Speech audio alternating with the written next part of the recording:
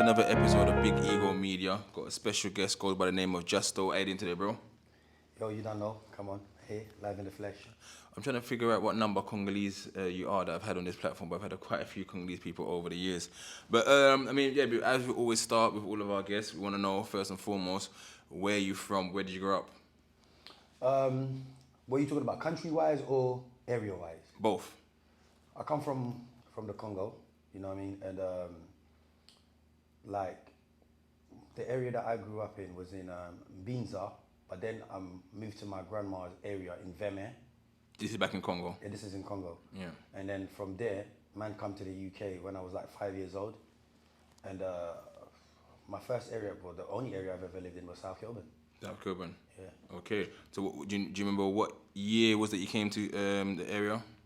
I can't remember what year I came into the area, but I know that I came to the UK in 1990. 1990? Yeah. Okay, I beat you by a year. I come 89. So you're proper one of the old schools ones who came here. Yeah. So when you came to the UK, obviously you said you're living in South Kilburn. Was you always in that same house that you grew up in when you first came? Yeah, I was always in 47 Blake Court.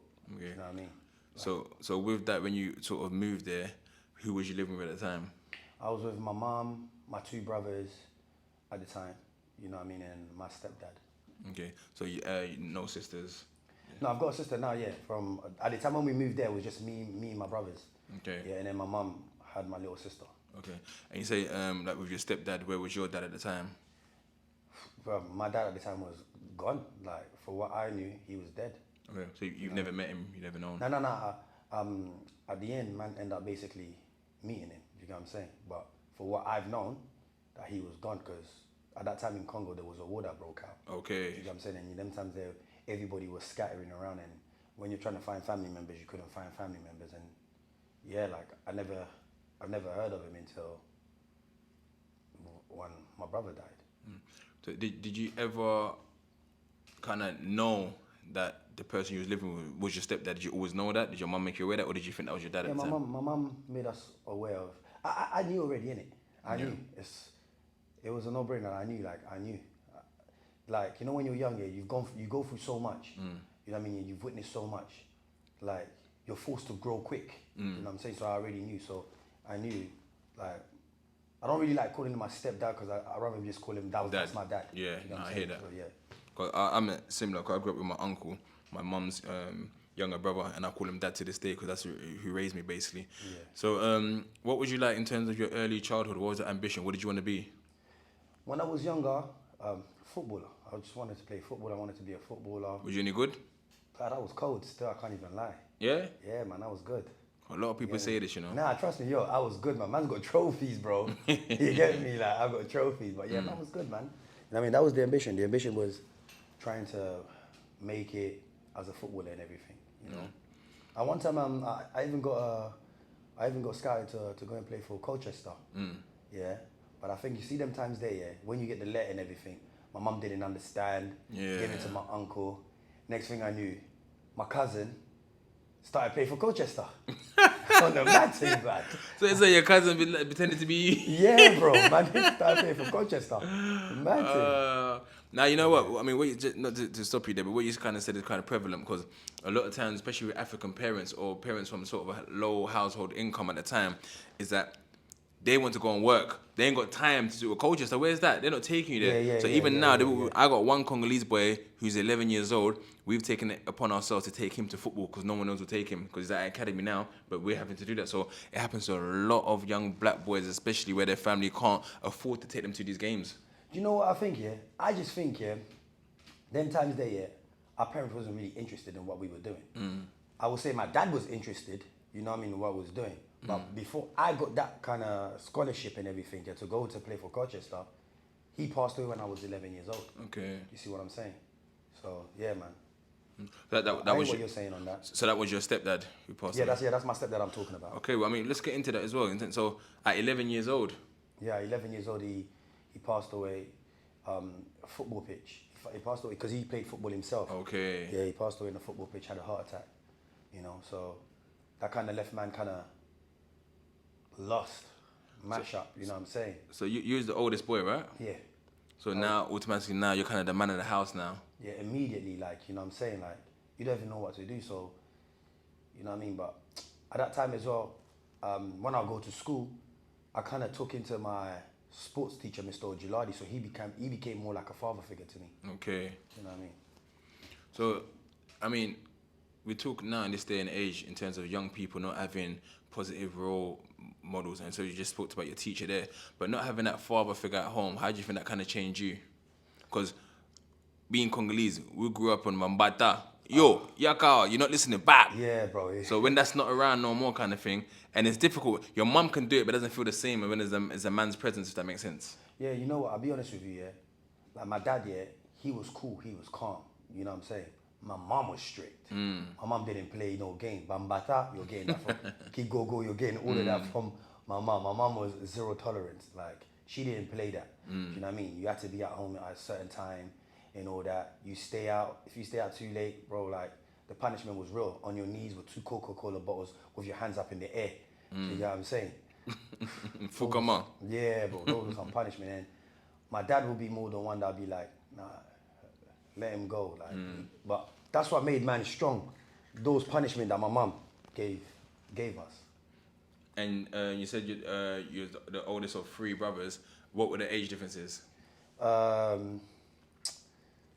Well, Tank died when he was 20. I was 21. Yeah. And Smalls was what? 18.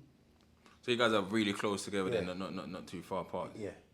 So growing up at school, how was you? Quite intelligent, top set, struggled a bit, needed extra support?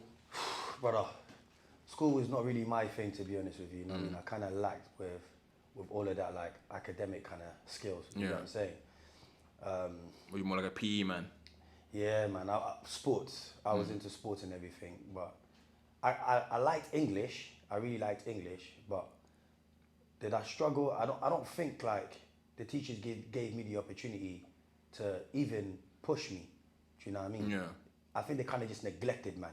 Okay. Do you know what I mean? They didn't really do much for man. They didn't help, man.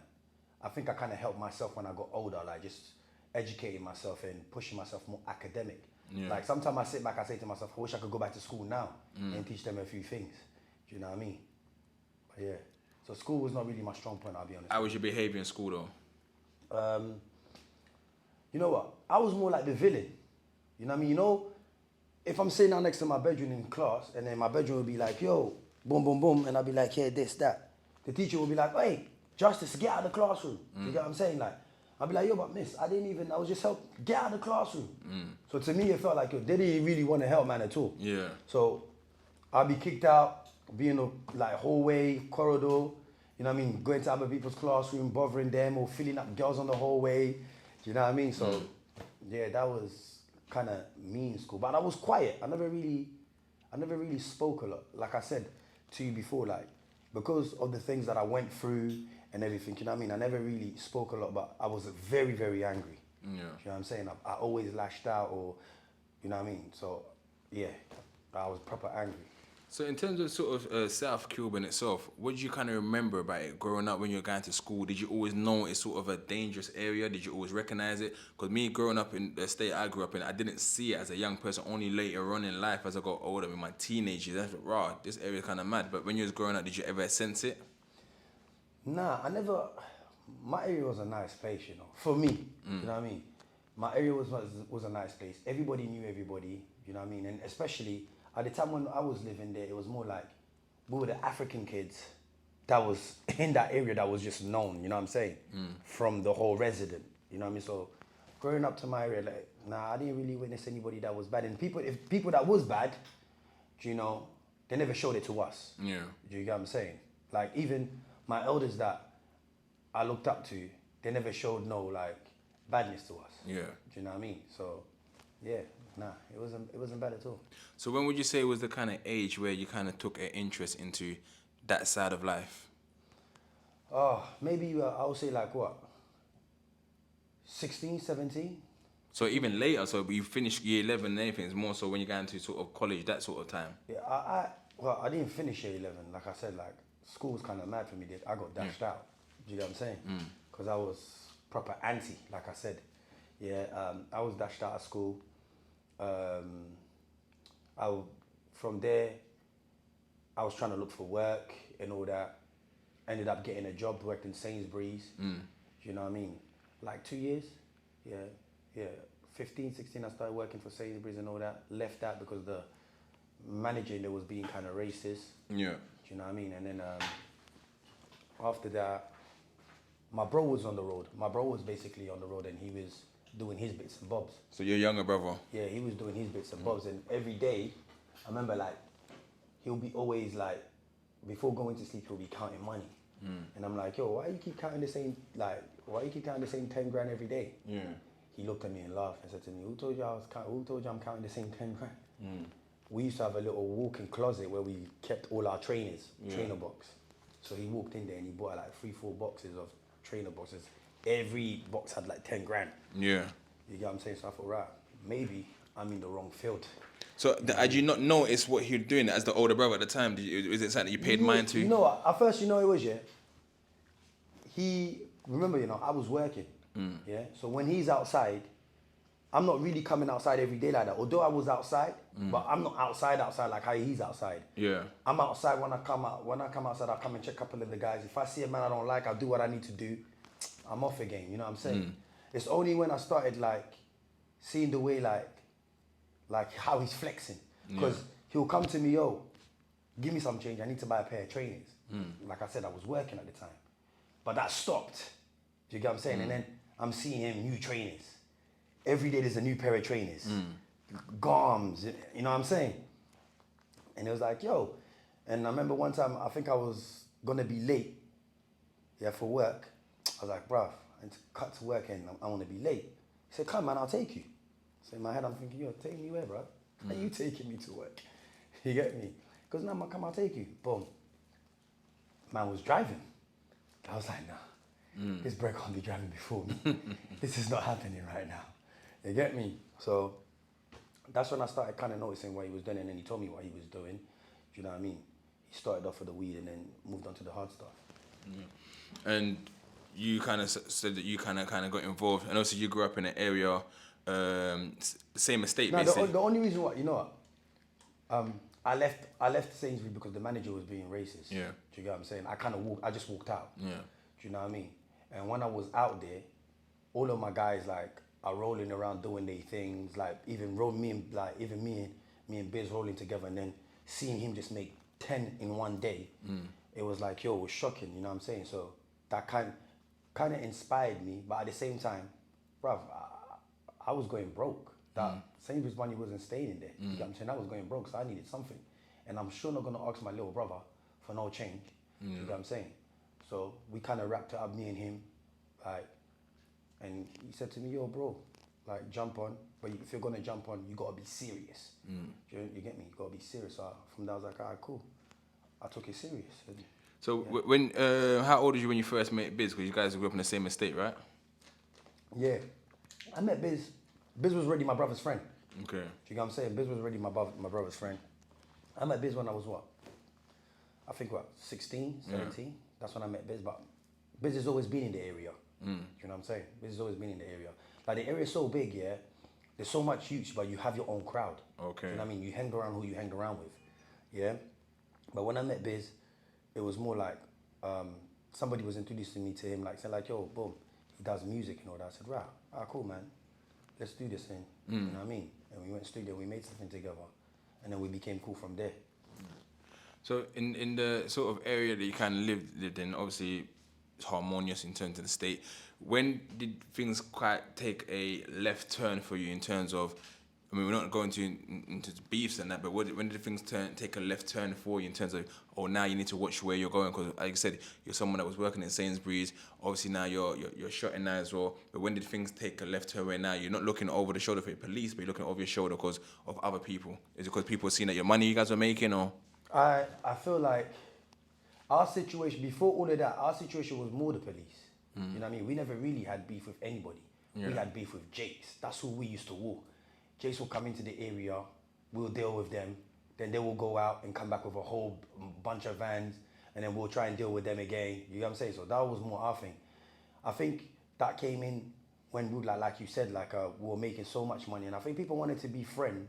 But the thing is, we didn't want to really deal with people like that. We were just good with us. Yeah. We understood us. Because you know when you bring in other alliances sometimes, yeah, that can cause conflicts, you know what I'm saying? And when that does that, then you lot can start an argument and all that. So, but we try to prevent all of that by just keeping ourselves to ourselves. Do you get what I'm saying? If we saw other dudes, we'd be like, yo, wagwan and cool and everything, and that'd be it. Do you know what I mean? But yeah, I think it just came into a point where a lot of things happened there where some people wanted to deal with man and we didn't want to deal with them, and one of our bedrooms started dealing with one of the guys that they were friends with, and then boom, exactly what I said. What we didn't want happen ended up happening. Okay.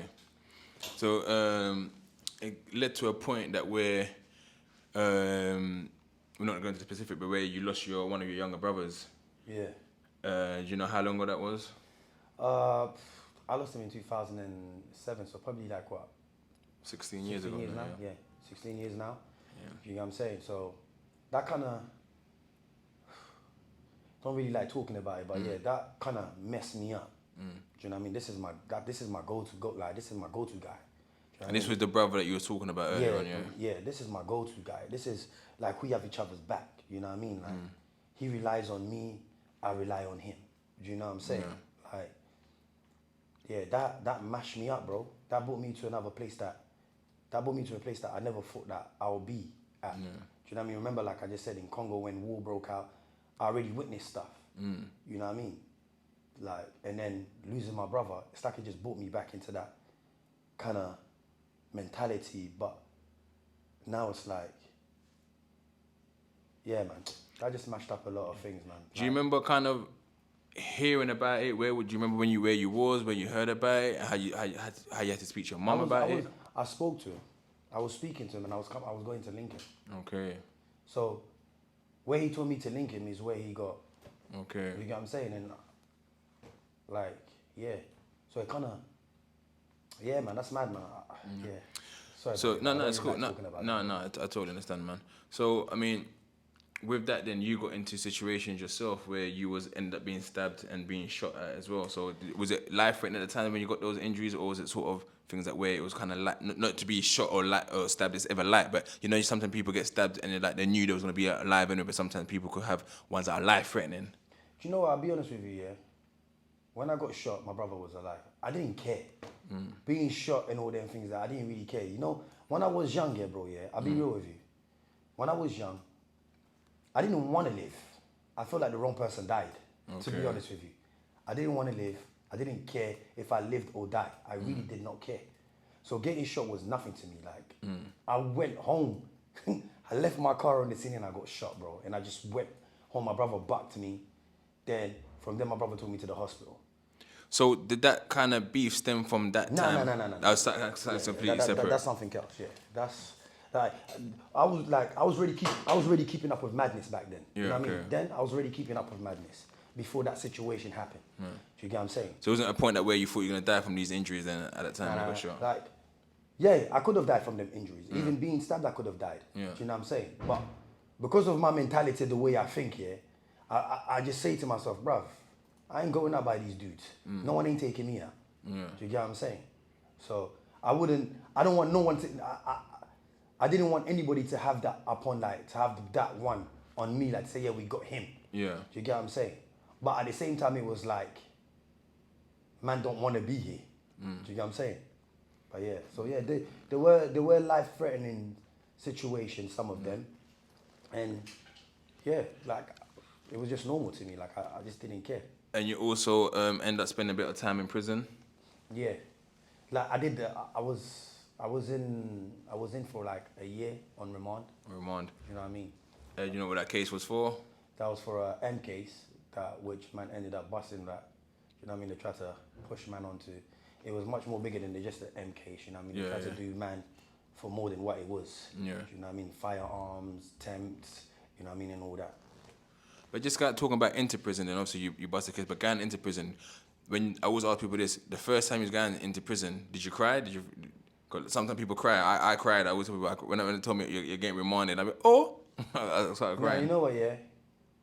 Like when the first time I went in, I was vexed, man. I was just pissed off because of one of the charge that it was. Do you get what I'm saying? Yeah. That's what I was pissed off of. Did that charge ever scare you? Nah. To be honest with you, nah, it didn't really. Because I just, like I said in it, I saw it as, I've already, you know what? I already accepted the life and what comes with it. Yeah. Do you get what I'm saying? So you know you're gonna either end up in there for one of these type of madness. So inside of me, I've already accepted it for what it was. Yeah. But when I did go the first time, I'm not gonna lie, I was down, I was vulnerable. Cry? Nah, I didn't cry. You know what I mean? The only time I cried is when I had my child, bruv, and I was banged up, and I'm like, bruv, I cried. You know what I'm saying, bruv? So yeah, that's the only time I cried. And so when you've kind of been released out of prison, and obviously situations happen where you've lost your brother and so on, what was the thing that kept on pushing you on to say, you know what, let me try to make a change in my life, or was it just that My son. Your son, When yeah. I had my son, is like I said to myself, listen, yo, I need to do right by him because one, in real life, I didn't have my dad there. Do you know what I'm saying? And I didn't have an older brother to teach me which way to go. Yeah. Do you get what I'm saying? Like, I looked at my elders and I saw what they were doing, so I kind of followed their kind of regime. Yeah. And also my brother, like I followed him. Do you know what I'm saying? Like, my whole persona, my confidence, all of that, I get that from my dog MG. Do you get what I'm saying? So, like, yeah, like. I mean, you said something profound earlier. You said that you didn't know your dad was even alive until your brother had passed. I mean, how did that come about then? And how was that connection in terms of, oh, Dad, you're alive kind of thing? How was that for you?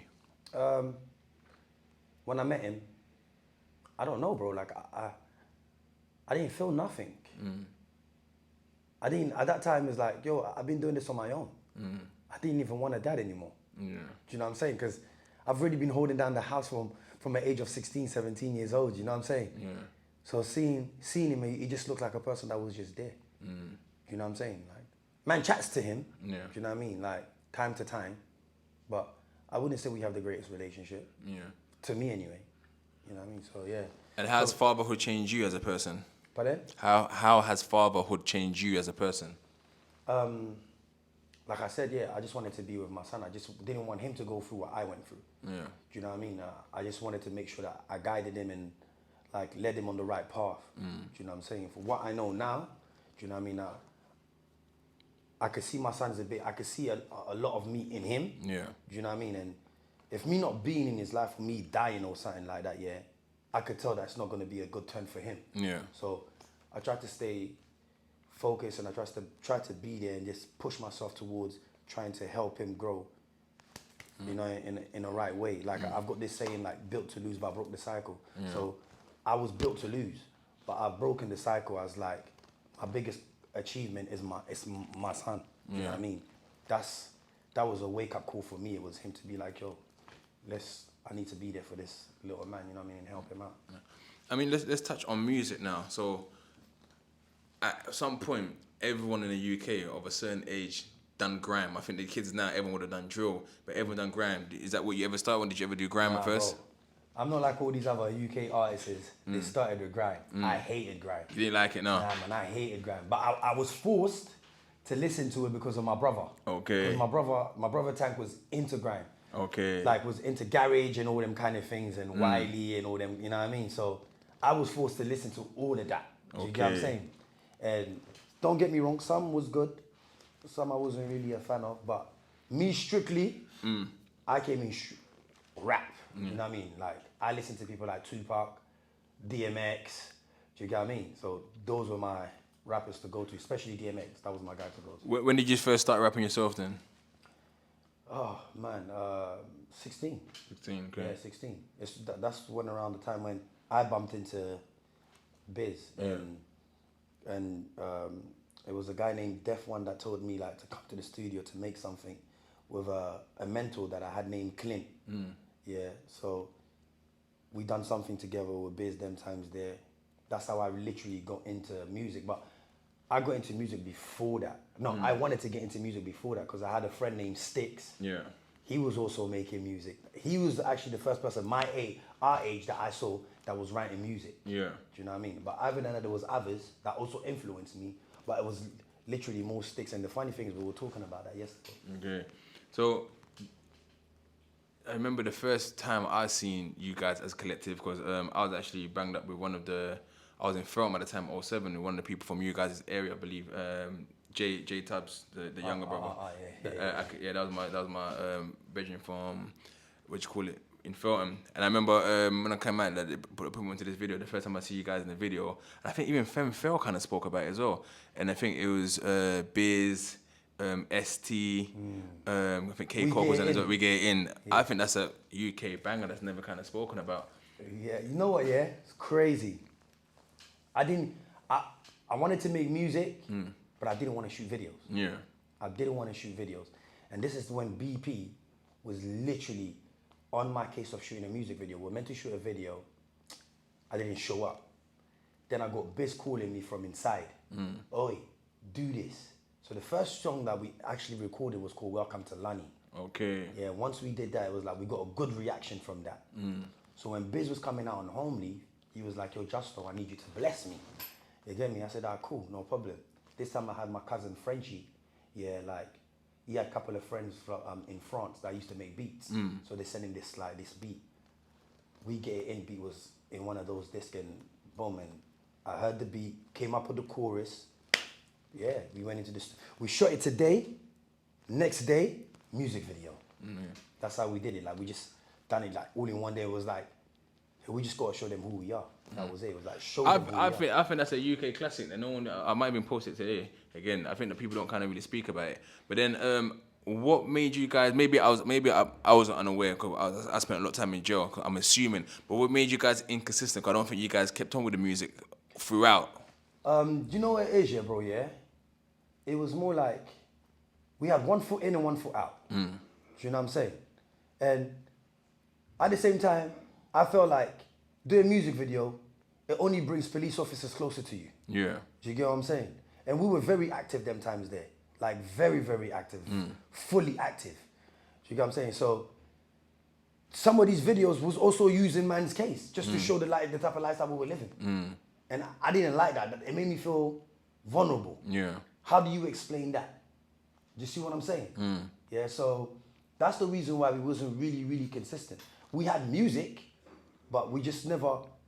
You feel like you're making yourself a bit obvious to the feds. Yeah, we just didn't push ourselves in the public like everybody else, because you have to remember, yeah, rap was not very popular in the UK like that. So you're not going to really push yourself like that. Do you get what I'm saying? Yeah. So for us, it was like, yeah, we'll do it. And when we did it, we only did it for the fun. You know what I mean? For like just the fun of it. And watching it, even watching We Get In, it was like, yo, let's do another one. Yeah. Let's do another one. It was just to say like, yo, let's just keep it there, like to have that there for history to say, yo, that was us. This is who we was, you know what I'm saying? And who we are and everything. So that's what it was. But we had one foot in and one foot out because we were literally active.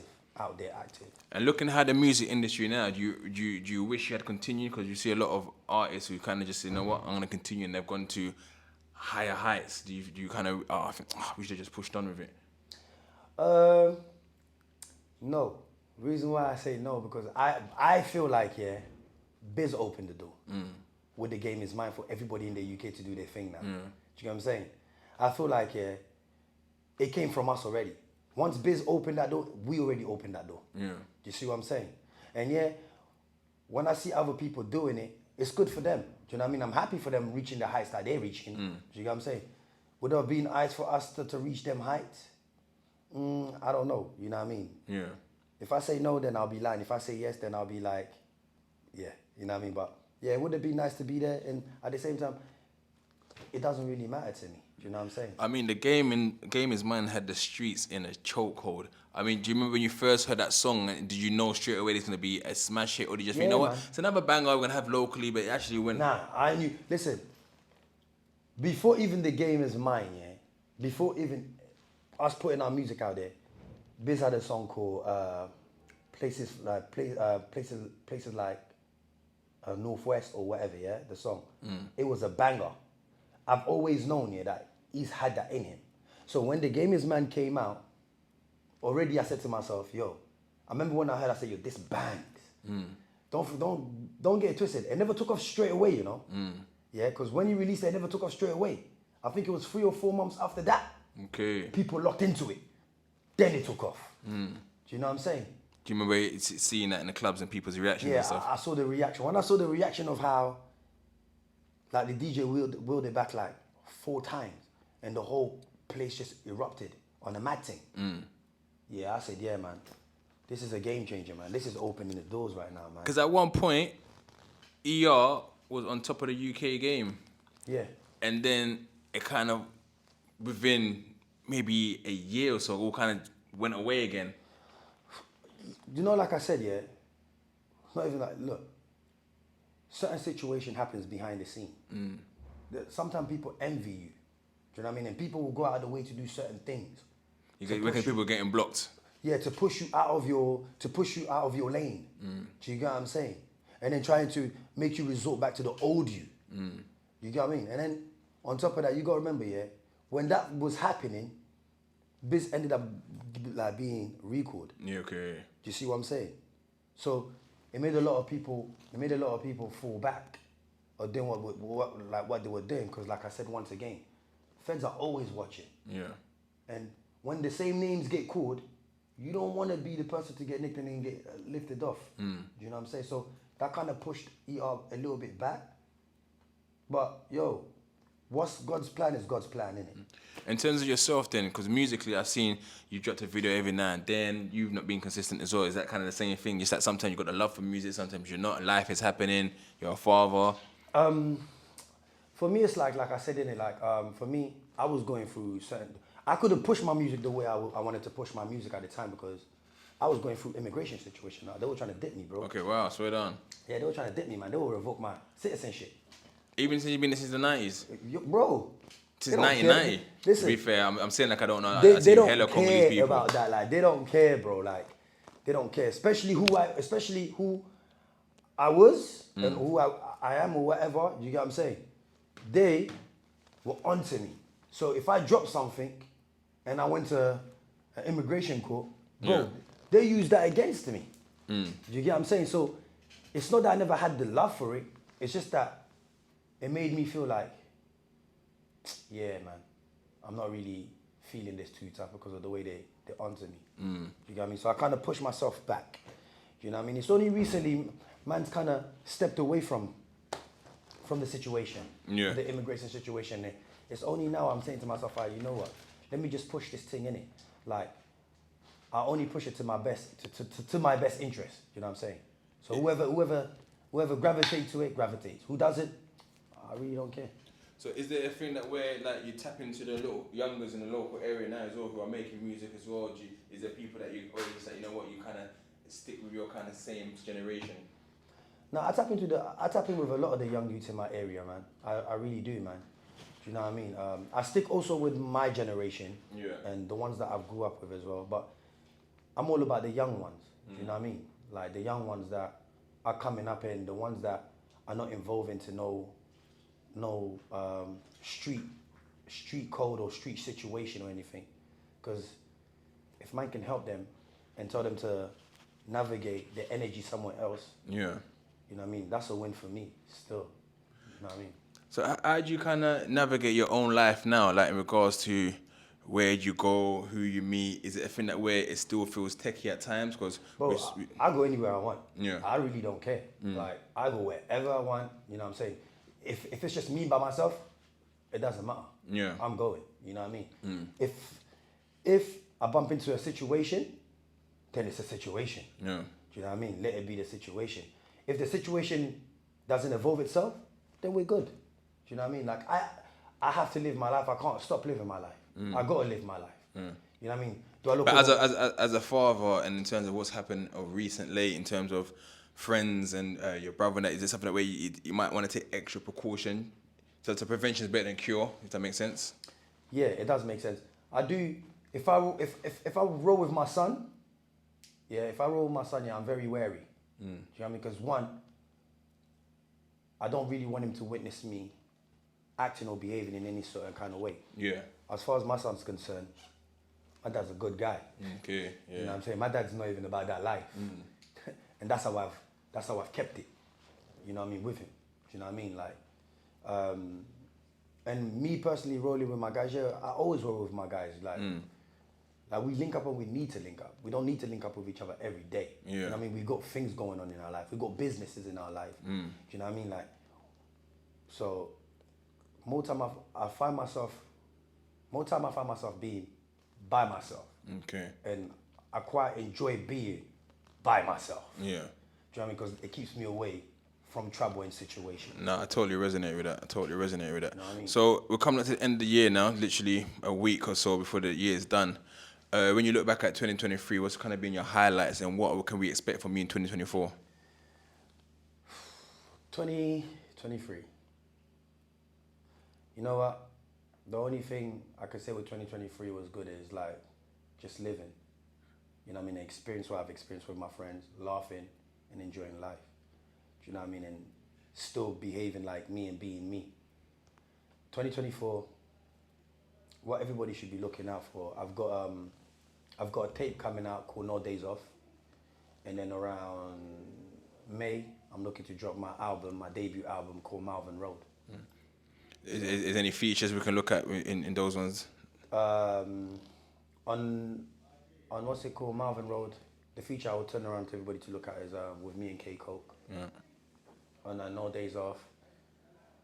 I got a couple of features, but one of my guys that passed away named Fatal, Rossi, so we've got a track together on that, and another guy named Mello.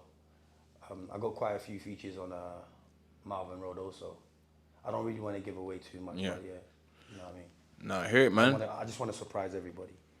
No, I appreciate it, man. Man, thank you for coming down and a compelling story. And we wish you nothing but the best. And let's look out for the mixtapes and the first album coming out next year. Yeah. Any last words? Everybody just stay blessed, man. You know what I mean? Stay blessed. And for all the young ones out there, yeah, stay focused on what you want to become in life. You know what I mean? Don't always follow your friends. You know what I mean? Don't let people lead you out of your position or your lane or what you're trying to achieve. I just feel like every kid out there should just focus and work hard, and believe me, like hard work pays off and you will get to where you want to get to. It's not always road. Yeah, so. I appreciate it. And that there was another Big Ego Media podcast, and that there was Justo. Yeah.